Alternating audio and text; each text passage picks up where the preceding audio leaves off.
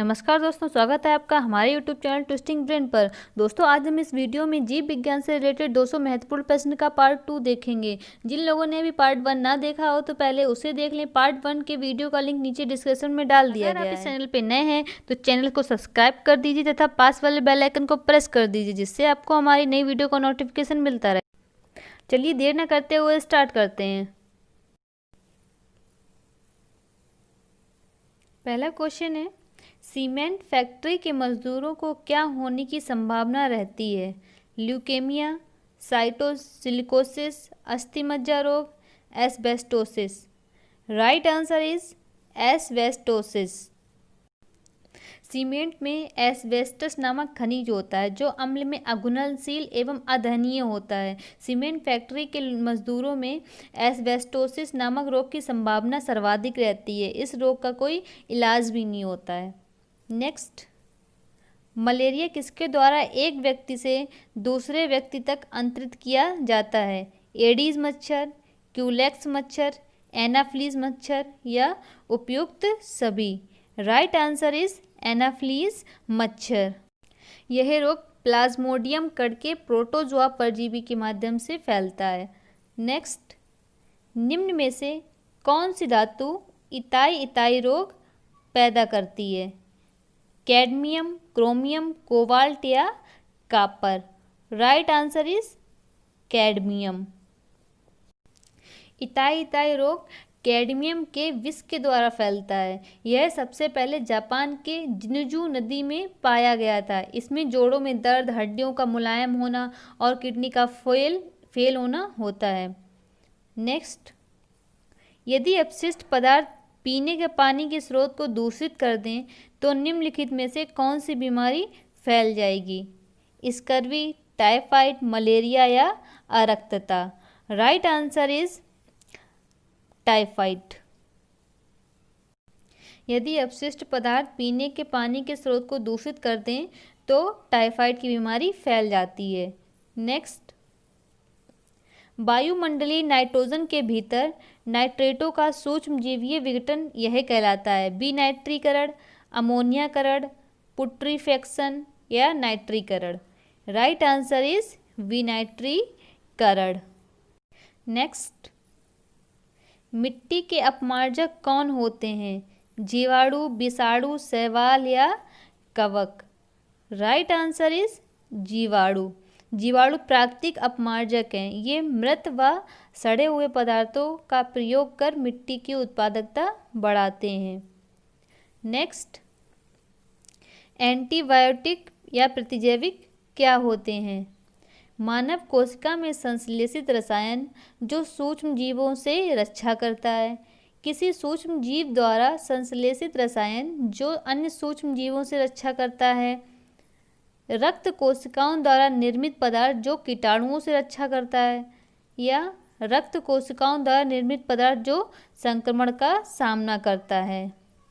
Right answer is किसी सूक्ष्म जीव द्वारा संश्लेषित रसायन जो अन्य सूक्ष्म जीवों से रक्षा करता है। नेक्स्ट, निम्न में से किस जंतु में तंत्रिका तंत्र नहीं होता है? जो टैपवर्म, अमीबा या घोंघा? Right answer is amoeba. Amoeba की खोज रसेल वॉन रोसेनहाफ ने किया था। यह प्रोटोजोआ संघ का प्राणी है। इसके गमन के लिए कूटपाद होता है। अमीबा में तंत्रिका तंत्र नहीं होता है। नेक्स्ट, मधुमक्खियों के प्रजनन एवं प्रबंधन को क्या कहते हैं? सेरीकल्चर, सिल्वीकल्चर, पीसीकल्चर या apiculture? Right answer is apiculture. मधुमक्खियों के प्रजनन एवं प्रबंधन को एपीकल्चर कहते हैं। नेक्स्ट,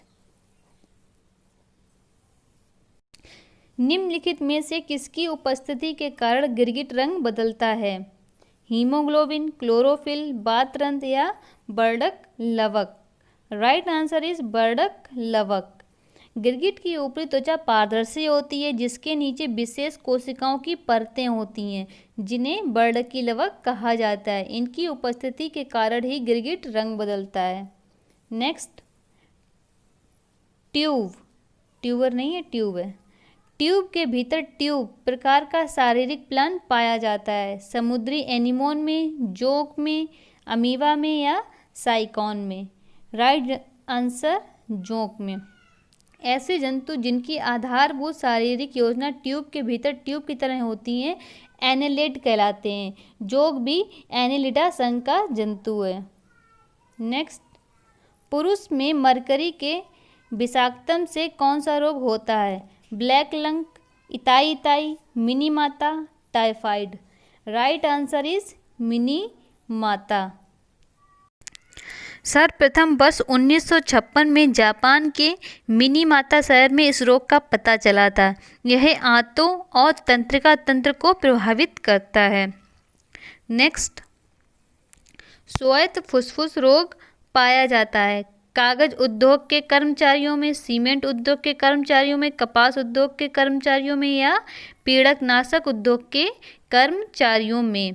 राइट आंसर इज कपास उद्योग के कर्मचारियों में। स्वायत्त फुसफुस रोग कपास उद्योग के संबंधित कर्मचारियों में पाया जाता है।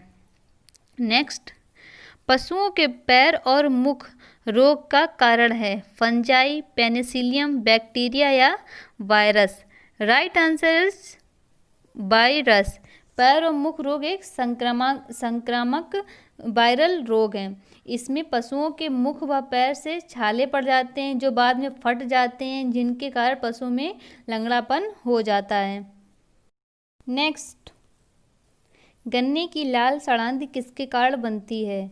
Alternaria alternata, Phytophthora infestans, Colletotrichum falcatum, Cercospora personata. Right answer is Colletotrichum falcatum. Next, de Vries ने किस सिद्धांत का प्रतिपादन किया? जातीय उद्भवन का सिद्धांत, विनिमय का सिद्धांत, प्राकृतिक चयन का सिद्धांत या उत्परिवर्तनवाद का सिद्धांत। राइट आंसर इज उत्परिवर्तनवाद का सिद्धांत। नेक्स्ट, पुनरावर्तन सिद्धांत किसने प्रस्तुत किया था? बीसमैन, अर्नस्ट हैकल, मार्गन या मूलर। तो राइट आंसर इज अर्नस्ट हैकल। पुनरावर्तन सिद्धांत अर्नस्ट हैकल ने प्रस्तुत किया था। नेक्स्ट, योग्यतम की उत्तरजीविता की संकल्पना का समर्थन सबसे पहले किया था? ओपेरिन ने, डार्विन ने, स्पेंसर ने या हैकल ने। राइट आंसर इज डार्विन ने। योग्यतम की उत्तरजीविता तो इस टर्म स्पेंसर ने दिया था, लेकिन सर्वप्रथम डार्विन ने योग्यतम की उत्तरजीविता को प्राकृतिक वर्ण का समानार्थी मानते हुए इस संकल्पना का समर्थन किया था। नेक्स्ट, डार्विन की पुस्तक on the origin of species कब प्रकाशित हुई थी? 1859, 1849, 1869 या 1879। Right answer is 1859। इसमें इन्होंने विकास का सिद्धांत प्रतिपादित किया था। नेक्स्ट, निम्नलिखित में से कौन सी एक संकटापन्न जाति है? ब्लैक बक, भराल, गंग डाल्फिन या मिथुन। राइट आंसर इज गंग डाल्फिन। नेक्स्ट, ब्लड कैंसर को आमतौर पर किस नाम से जाना जाता है? Leucoderma, leukaemia, haemophilia, sickle cell anaemia. Right answer is leukaemia. Blood cancer को आमतौर पर ल्यूकेमिया के नाम से जाना जाता है। इस कैंसर में सामान्य रक्त कोशिकाओं में श्वेत रक्त कोशिकाओं की मात्रा असमान तरीके से बढ़ जाती है। नेक्स्ट, भूजल पेयजल का बेहतर स्रोत है क्योंकि इसमें क्या कम होता है? मिट्टी, बैक्टीरिया, आर्सेनिक या शैवाल। Right answer is arsenic. भूजल पेयजल का बेहतर स्रोत है क्योंकि इसमें आर्सेनिक की मात्रा कम होती है। उत्तरी भारत तथा बांग्लादेश में भूजल का आर्सेनिक से हो रहा प्रदूषण एक बड़ी समस्या के रूप उभरा है। नेक्स्ट, मार्मिकोलॉजी किसका अध्ययन है? कीट, चींटियाँ, क्रस्टेशियाई, आर्थ्रोपोड्स। राइट आंसर इज चींटियाँ। मार्मिकोलॉजी चींटियों के वैज्ञानिक अध्ययन को कहा जाता है। यह एक एंटोमोलॉजी की एक शाखा है। नेक्स्ट, कैंसर के उपचार में निम्नलिखित में से किसका प्रयोग किया जाता है? फिजियोथेरेपी, कीमोथेरेपी, इलेक्ट्रोथेरेपी या psychotherapy? Right answer is chemotherapy. Next, cellulose भित्ति किसके सेलों में पाई जाती है? जंतु, बैक्टीरिया, कवक या पौधे? राइट आंसर इज पौधे।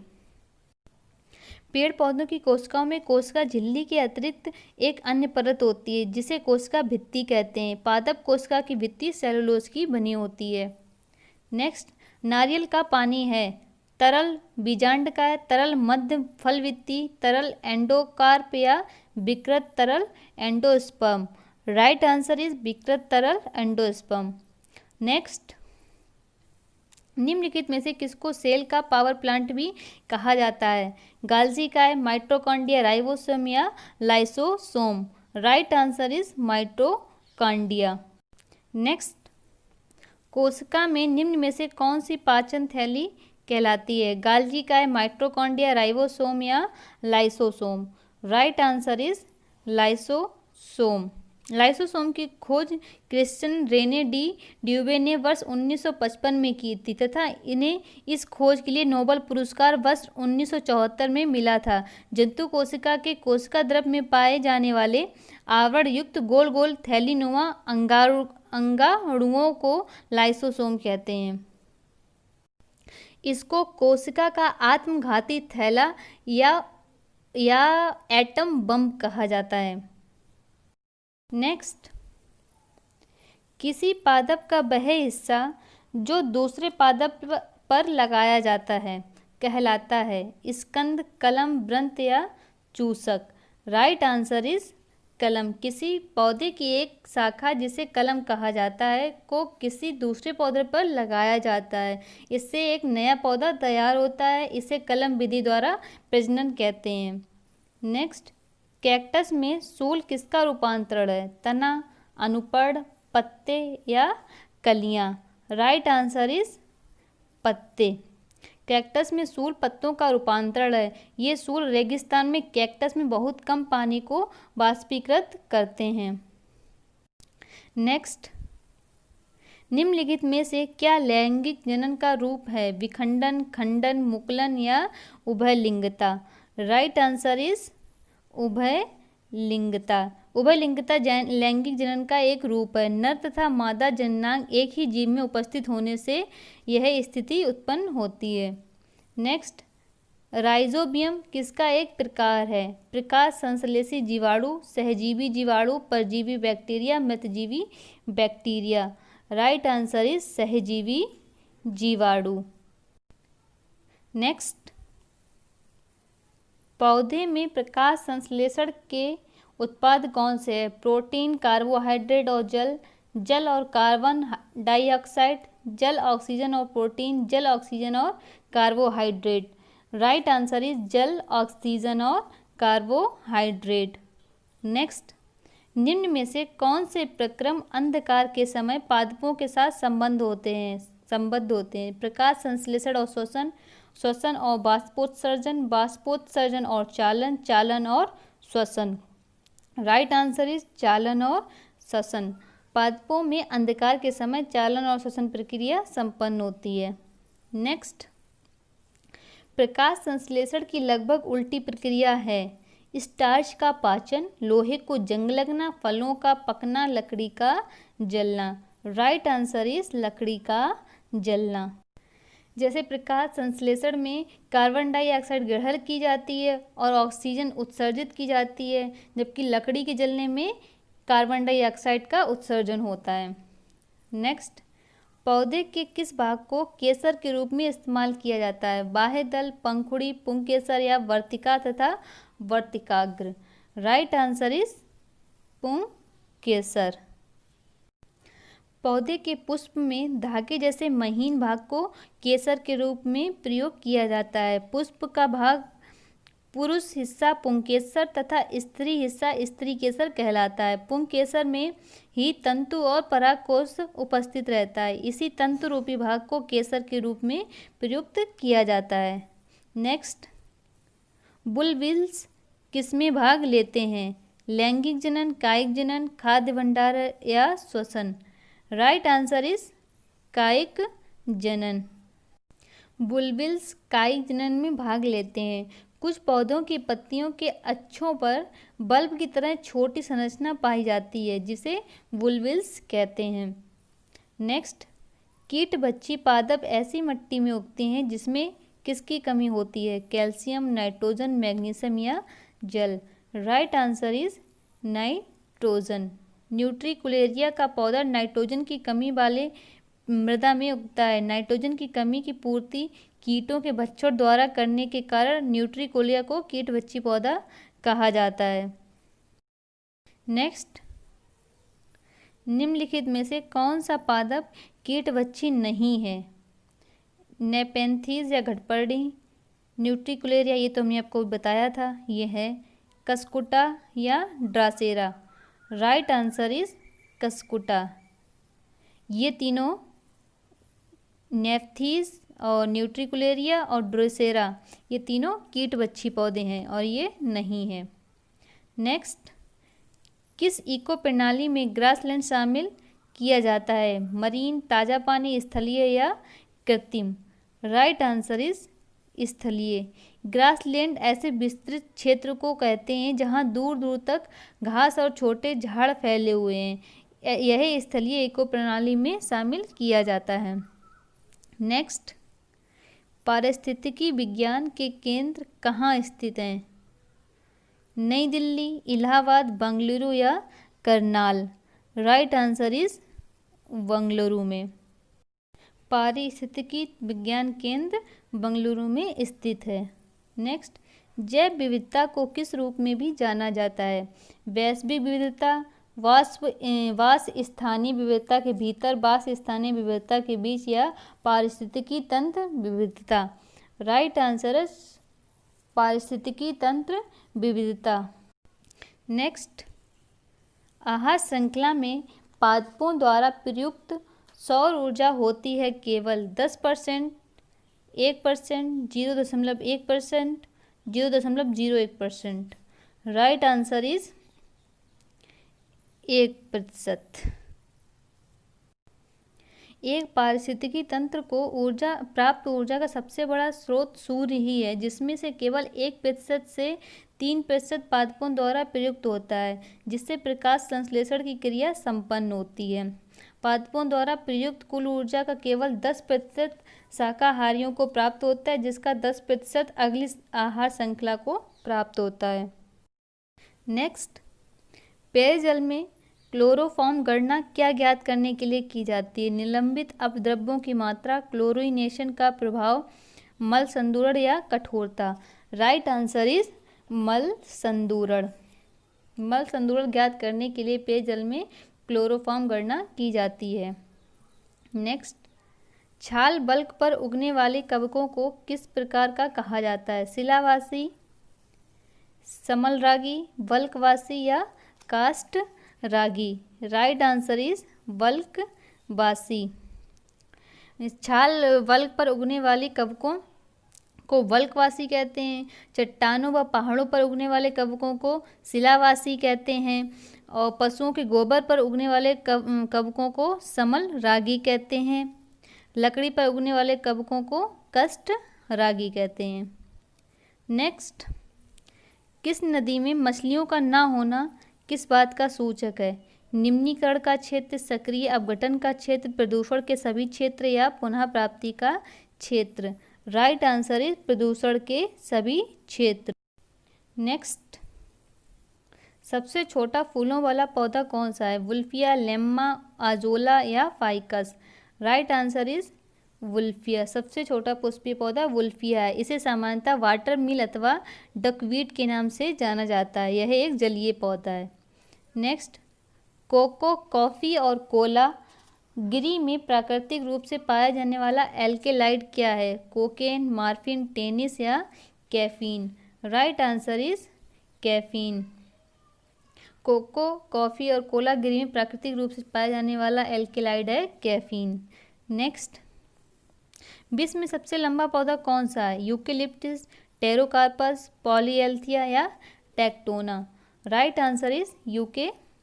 लिप्टिस। विश्व का सबसे लंबा पौधा तटीय रेडवुड है, परंतु वह उपयुक्त विकल्पों में नहीं है, तो इसलिए विकल्पों में सबसे लंबा पौधा यूकेलिप्टिस है।